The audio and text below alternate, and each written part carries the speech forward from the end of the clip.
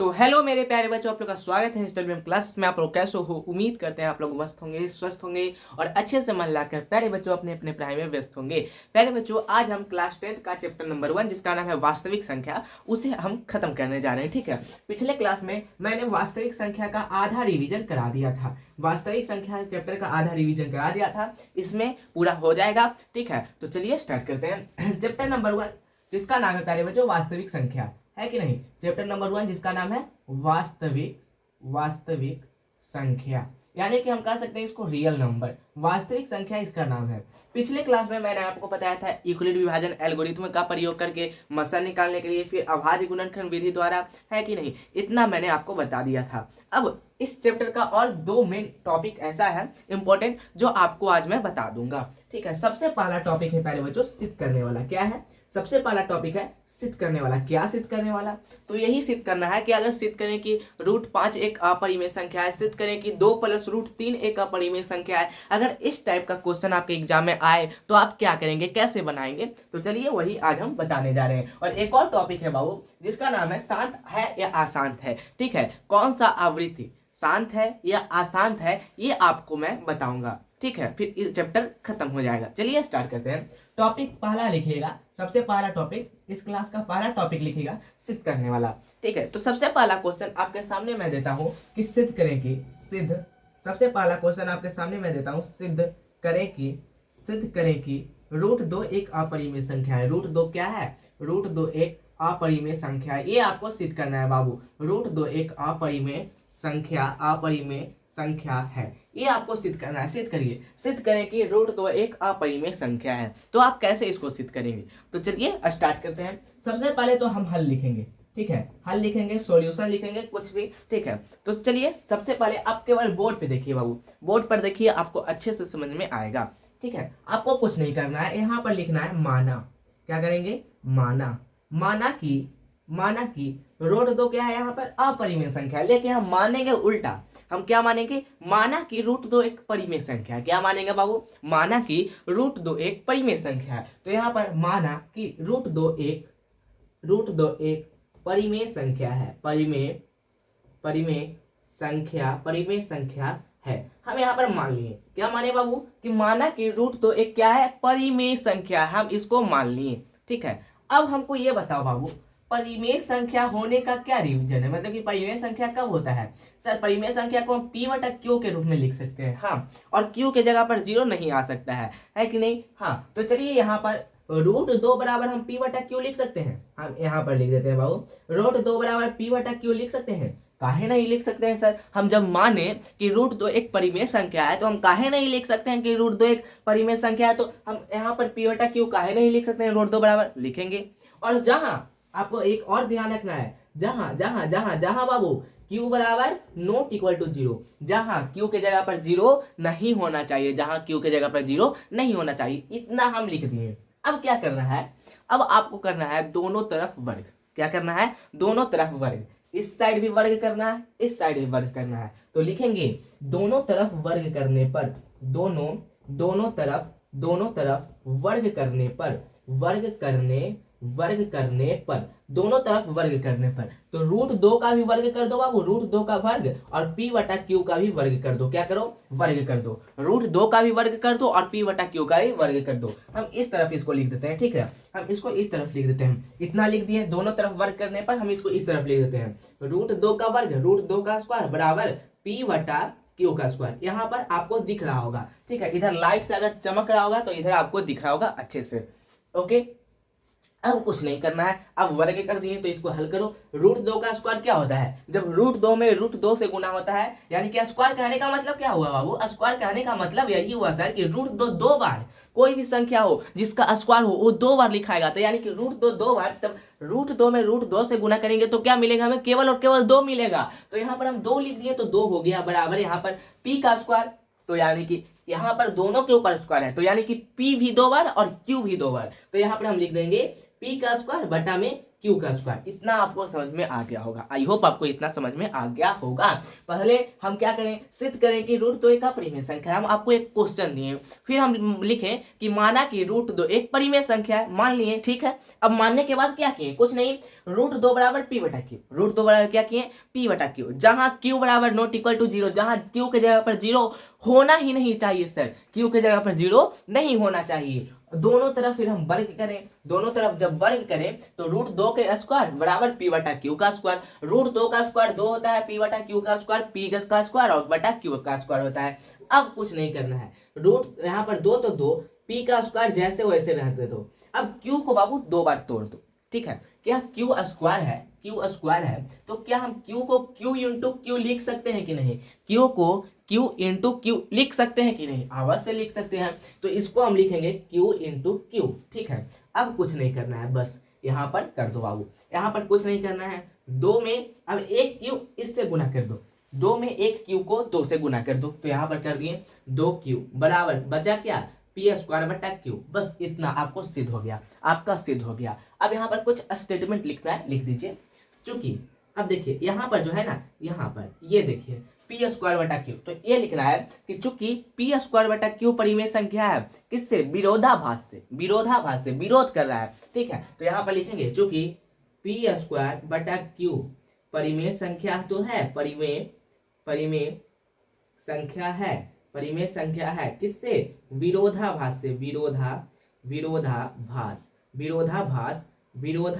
से, ठीक है। हम लिख दिए चूंकि पी स्क्वायर बटा क्यू परिमेय संख्या है विरोधाभास से, इसलिए यहां पर हम लिख देंगे रूट दो अपरिमेय संख्या। पहले हम लिखेंगे अतः रूट दो परिमेय संख्या, अतः रूट दो परिमेय संख्या मानना क्या था बाबू, अतः रूट दो परिमेय संख्या, अतः रूट दो परिमेय संख्या मानना क्या था सर, मानना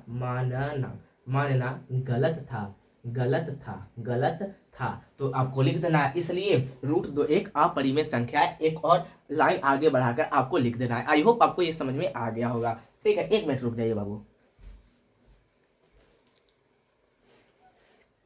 तो आई होप आपको ये लाइन समझ में आ गया होगा कि सिद्ध करना है रूट दो एक अपरिमेय संख्या है, हम कर दिए। माना कि रूट दो एक मतलब कि परिमेय संख्या माने, फिर उसके बाद दोनों तरफ वर्ग किए, तो इतना हमारा आ गया, इतना आप लोग समझ में आ गया होगा, ठीक है। अब देखिए अगर आप इसको बनाते हैं तो आपको 2 नंबर मिल जाएगा। कितना नंबर, 2 नंबर आपको एग्जाम में मिल जाएगा अगर आप इतना इसको बना लेते हैं तो, ठीक है। तो चलिए फिर आपको हम देते हैं बनाने के लिए, इसको पूरा हम इरेज कर देते हैं बाबू, इरेज करते हैं और आपको हम देते हैं दूसरा बनाने के लिए, ठीक है ना।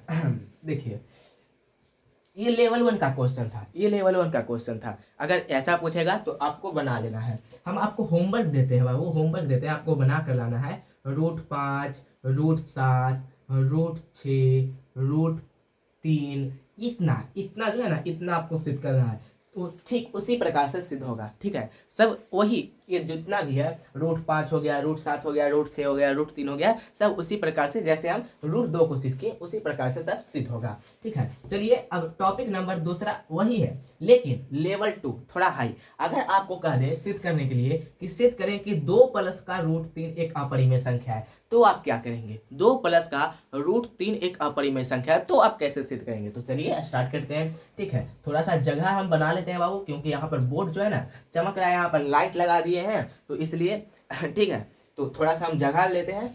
चलिए यहाँ पर सिद्ध करना है हमें, क्या हमें सिद्ध करना है, अगर सिद्ध करना है 2 प्लस का रूट 3 एक अपरिमेय संख्या है। आपको पूरा क्वेश्चन लिख लेना है कॉपी पे कि सिद्ध करें कि, क्वेश्चन लिखे, मैं बोलता हूँ क्वेश्चन है, सिद्ध करें कि 2 प्लस रूट 3 एक अपरिमेय संख्या है। क्या है, 2 प्लस रूट 3 एक अपरिमेय संख्या है, ये आपको सिद्ध करना है। तो चलिए सिद्ध करते हैं इसको। तो 2 प्लस रूट 3 एक अपरिमेय संख्या है, तो हम मानते क्या है, हमें मानना क्या है सर। देखिए कह रहा है 2 प्लस रूट 3 एक परिमेय संख्या है, लेकिन हम मानते हैं उल्टा, हम मानते हैं परिमेय संख्या। 2 प्लस रूट 3 को हम परिमेय संख्या मान लेते हैं। तो सबसे पहले हम लिखेंगे हल, ठीक है, हल लिखेंगे। तो यहाँ पर हम लिखेंगे माना 2 प्लस रूट 3, माना 2 प्लस रूट 3 एक क्या है, 2 प्लस रूट 3 एक परिमेय संख्या है, एक परिमेय संख्या है। हम मान लिए, ठीक है, हम मान लिए, माना 2 प्लस रूट 3 क्या है, परिमेय संख्या है, हम मान लिए, ओके। अब कुछ नहीं करना है, परिमेय संख्या है तो 2 प्लस रूट 3 बराबर क्या होगा, पी बटा क्यू। होगा कि नहीं, हाँ सर होगा, परिमेय संख्या है तो पी बटा क्यू तो होगा ही। जहां क्यू बराबर क्या होगा, जहां क्यू बराबर 0 नहीं होना चाहिए, क्यू बराबर 0 नहीं होना चाहिए। सर वैसे ही सिद्ध हो रहा है, हाँ बाबू वैसे ही सिद्ध होगा, बस इसमें थोड़ा अलग है।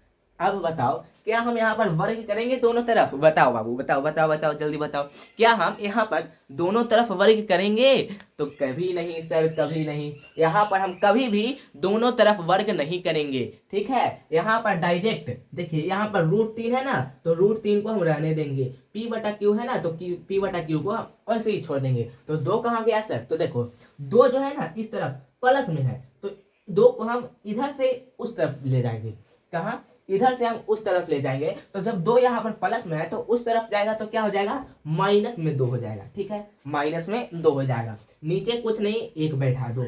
अब यहाँ पर देखो रूट 3 है तो रूट 3 बराबर, अब इसका एलसीएम लो, क्यू में 1 से यहाँ पर एलसीएम क्यू हो जाएगा, क्यू को क्यू से भाग दो एक बार में, अब पी से गुना करो तो पी हो जाएगा, फिर यहाँ पर माइनस तो माइनस, 1 को क्यू से भाग दो, तो देखो यहाँ पर भाग देना है तो यहाँ पर हमारा क्यू बचेगा, अब क्यू में 2 से गुना करो तो 2 क्यू हो जाएगा।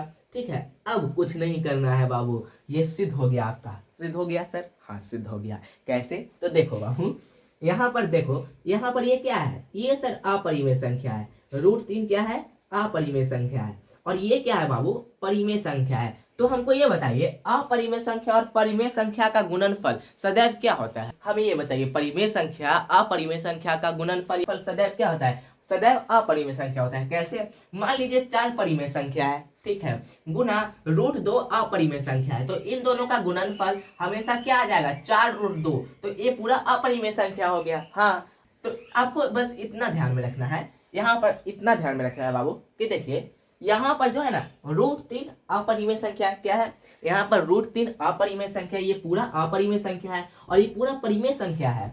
तो अपरिमेय संख्या और परिमेय संख्या का गुणनफल सदैव अपरिमेय संख्या ही होता है। तो हमको कुछ नहीं करना है, इसको जो है ना यहाँ पर लिखो, चूंकि p माइनस 2q बटा q क्या है, परिमेय संख्या तो है, लेकिन किससे, परिमेय संख्या है विरोधाभास से, परिमेय संख्या है किससे, विरोधाभास से, इसको हम इरेज कर देते हैं। ठीक है, विरोधाभास से, विरोधाभास से। ठीक है, उसके बाद हम लिखेंगे इसलिए 2 प्लस रूट 3 अतः 2 प्लस रूट 3 परिमेय संख्या मानना क्या था, परिमेय संख्या मानना गलत था, परिमेय संख्या मानना गलत था। ठीक है, गलत था, इसलिए बाबू, इसलिए 2 प्लस रूट 3 क्या है, 2 प्लस रूट 3 परिमेय संख्या, सॉरी अपरिमेय संख्या है, अपरिमेय संख्या है। अगर आप ऐसे बना देते हैं तो एग्जाम में आपको फुल नंबर मिल जाएगा। ठीक है, तो आई होप आपको ये भी समझ में आ गया होगा। तो देख लीजिए, आपसे मतलब कि हम आपको इतना होमवर्क देते हैं, सबसे पहले आपको बनाना है 3 प्लस में रूट 2 का, ठीक है, दूसरा बनाना है आपको 4 प्लस में रूट 5 का, तीसरा आपको बनाना है बाबू 2 प्लस में रूट 3 का, फिर चौथा आपको बनाना है 2 प्लस में रूट 2 का। इतना आप बनाकर ले आइएगा, आप घर पर प्रैक्टिस करिएगा। ठीक है, तो चलिए आपका टॉपिक नंबर 1 खत्म होता है। अगर आपको सिद्ध करने का प्रश्न एग्जाम में पूछा जाएगा तो आप बना देंगे, मुझे इतना विश्वास हो गया। ठीक है, अगर आप प्यारे बच्चों बना दीजिएगा तो कमेंट बॉक्स में यस सर लिख दीजिए कि हाँ सर हम इसको बना देंगे। देखो बाबू, मैथ एकदम इजी है बाबू। ठीक है, अगर हम कहें मैथ जो है ना, मैथ एकदम इजी है। मैथ को बाबू हम x, y और z, ये 3 लेटर में हम पूरा मैथ को खत्म कर देते हैं। तो मैथ से भी इजी कोई सब्जेक्ट है नहीं सर, मैथ से भी इजी कोई सब्जेक्ट नहीं है। ठीक है, तो आप घबराइएगा नहीं। चलिए अब आगे टॉपिक नंबर 2, कौन सा आवृत्ति शांत है और कौन अशांत है, हमको ये पहचानना है। ठीक है, टॉपिक नंबर 2 आप लिखिएगा, टॉपिक 2 शांत है या अशांत, शांत या अशांत। ठीक है, शांत या अशांत है। अब देखिए, शांत और अशांत पकड़ने के लिए आपको एक फॉर्मूला का जरूरत है। अगर प्यारे बच्चों मान लीजिए, पहले हमको ये बताइए इसमें अंश कौन है और हर कौन है, हमको ये बताइए। देखिए सर, इसमें जो अंश है ना, ऊपर वाला अंश है और हर नीचे वाला है। ठीक है, अंश ऊपर वाला और हर नीचे वाला है। आपको कुछ नहीं करना है, अब यहाँ पर कुछ नहीं करना है। देखिए शांत और अशांत आपको ऐसे ही पता चल जाएगा, किसका दशमलव प्रसार शांत है, किसका दशमलव प्रसार अशांत है, आपको ऐसे ही पता चल जाएगा। देखिए आपको क्या करना है, आपको बस जो हर वाला है, हर का मान कितना है, यहाँ पर हर का मान 4 है, कितना है 4, तो 4 को आप अभाज्य गुणनखंड कर दो, 4 को आप तोड़ो, 2 से लगेगा 2 बार में, फिर 2 से लगेगा 1 बार में, तो 4 बराबर क्या हो गया 2 गुना 2, यानी कि हम इसको लिख सकते हैं 2 के पावर 2, हाँ लिख सकते हैं। तो देखो शांत है या अशांत आवृत्ति में कुछ नहीं करना है, आपको एक फॉर्मूला याद रखना है, 2 के पावर n गुना 5 के पावर m, 5 के पावर m, यानी कि अगर हर को तोड़ने पर, हर को गुणनखंड करने पर, अभाज्य गुणनखंड करने पर इतना आता है तो वो आवृत्ति शांत है, और इतना नहीं आता है तो वो अशांत है। जैसे कि देखो इसमें हर का हम मतलब कि अभाज्य गुणनखंड किए तो इसमें क्या आया 2 के पावर 2, तो यहाँ पर 2 तो आया, तो यानी कि ये क्या है, ये एक प्रकार का शांत है, ये क्या है, ये इसका दशमलव प्रसार शांत है। अब हम देते हैं, बताइए पहला कि 5/10, अब इसका तोड़िए 5/10, 2 और 5 साथ में भी आ सकता है और 2 और 5 अकेले अकेले भी आ सकता है, तो इसमें कोई दिक्कत नहीं है।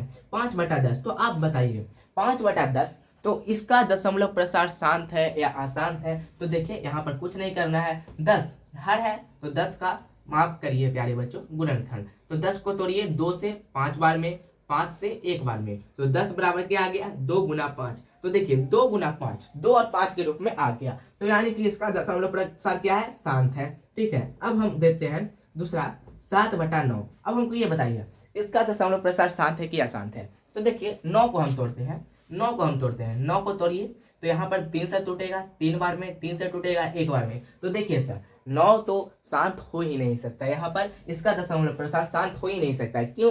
क्योंकि देखिए यहाँ पर जो है ना 9 बराबर 3 गुना 3, यानी कि 3 के पावर 2 आ रहा है, क्या 3 इसमें आएगा? नहीं सर 3 नहीं, यहाँ पर केवल 2 और 5 आएगा, या तो दोनों साथ ही आएगा या तो दोनों अलग अलग आएगा। ठीक है, तो इसका दशमलव प्रसार क्या है, इसका दशमलव प्रसार अशांत है।